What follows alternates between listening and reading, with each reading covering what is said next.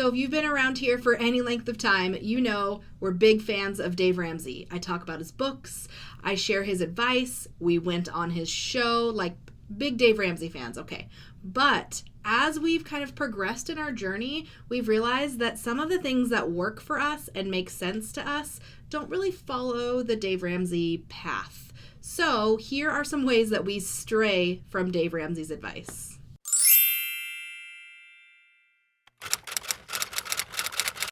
Hey everyone, welcome back to Baby Stepping to Freedom. My name is Allison, and on my channel I share all about our financial journey, and I give you tips and tricks to help you along the way. If that sounds like something that you're interested in, make sure you scroll down and press subscribe so you don't miss any upcoming videos. So we've officially made it through the long road of baby steps 1, 2, and 3 as we paid off our debt and saved up our emergency fund, and we are on track with baby steps 4 and 6, contributing to retirement and paying off our house. We are still following Dave Ramsey's principles and following the baby steps, but we've started straying in a few ways that maybe Dave might not approve of, but in ways that work for us. So these aren't like awful things. It's not the worst thing in the world to do something different from what Dave Ramsey says. They're things that work for us and we're okay with, but it just might not make Dave very happy, but that's okay. So what actually prompted this video, I just recently shared on Instagram that after a long road of saying we will never have credit cards again, we opened a credit card. So credit cards were a big deal for us. We had $25,000 worth of credit card debt when we started our debt-free journey, and that was something that just like we didn't realize it was happening. Credit cards were a big problem for us. We used them all the time, we relied on them, and we didn't realize how big of a problem it was until we started our debt-free journey. And so for the longest time, we said we will never have credit cards again because it's an issue for us. I actually have a video talking about why we don't use credit cards.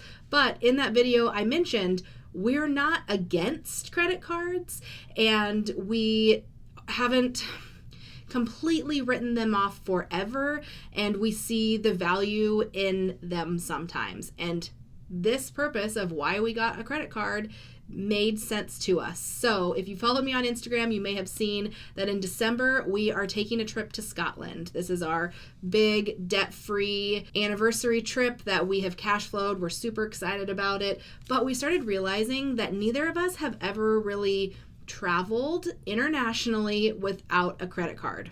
I didn't know if it was possible. I reached out to Instagram and I asked Instagram, can you travel internationally without a credit card? I don't know. And what I learned is yes, you can definitely travel internationally without a credit card, but there are a lot of hoops to jump through. And they were hoops that I just felt like were a hassle. We would have to figure out a way to avoid foreign transaction fees.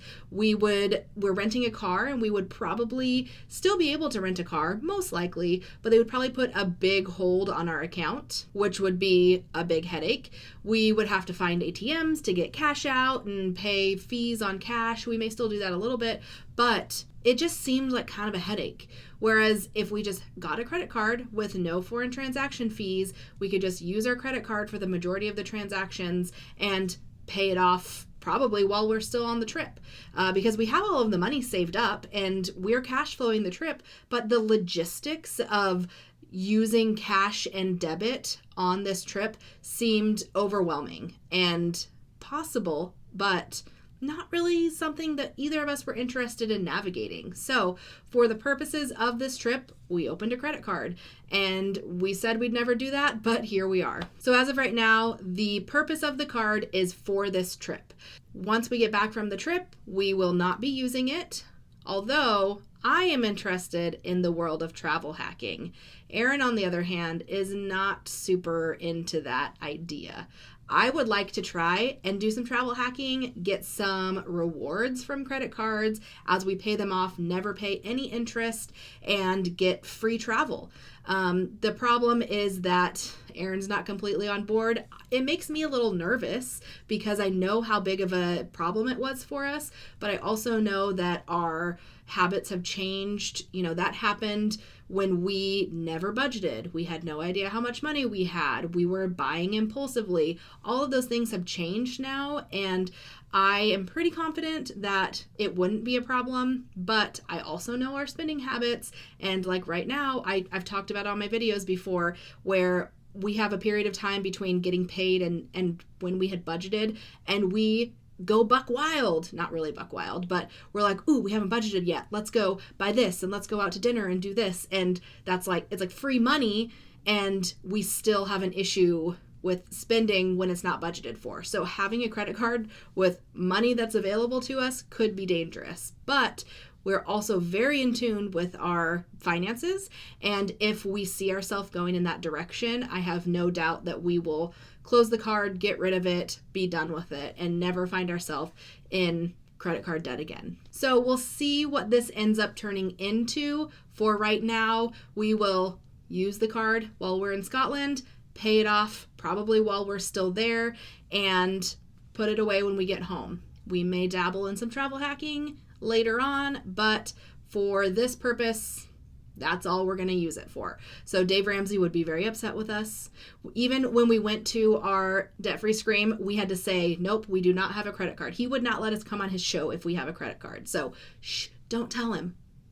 So another way that we stray from Dave Ramsey's advice is our emergency fund. He suggests that you have a 3 to 6 month emergency fund saved up, and we actually have like an 8+ month emergency fund. We just didn't quite feel like 6 months was enough as homeowners that are expecting things to happen. We're expecting our roof to need to be repaired. We're expecting our heating and air to need to be replaced. And those things are coming up, and we just didn't feel comfortable only sticking with 6 months. So instead, we bumped it up to 8+ months. Honestly, we could probably make that money last a lot longer if we really needed to. If we both lost our jobs, we could probably make our emergency fund last a year if we really needed to. But it's probably about 8 months comfortably. Like I said, these aren't all awful things. I don't think Dave Ramsey would have a problem with us having an 8+ month emergency fund, but it is another way that we stray from his program based on what works for us. So Dave Ramsey also suggests that while you're in baby steps 1, 2, and 3, you are not investing in any sort of retirement or anything like that.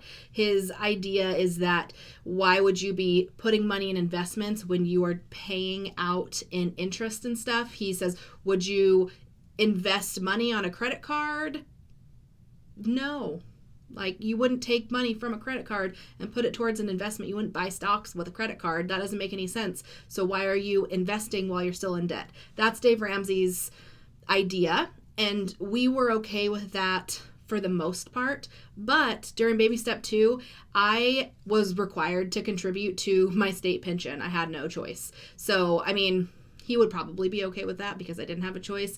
But it was another way that we were like, well, this doesn't really fit the Dave Ramsey picture, but it's what we have to do. Also in baby step 3, Aaron got the opportunity to start getting a employer match with his 401k. So his employer would match 4% of his contributions. So he started to contribute 4% of his income to retirement so he wouldn't lose that match. Before that, he didn't have the option, and so he didn't contribute anything.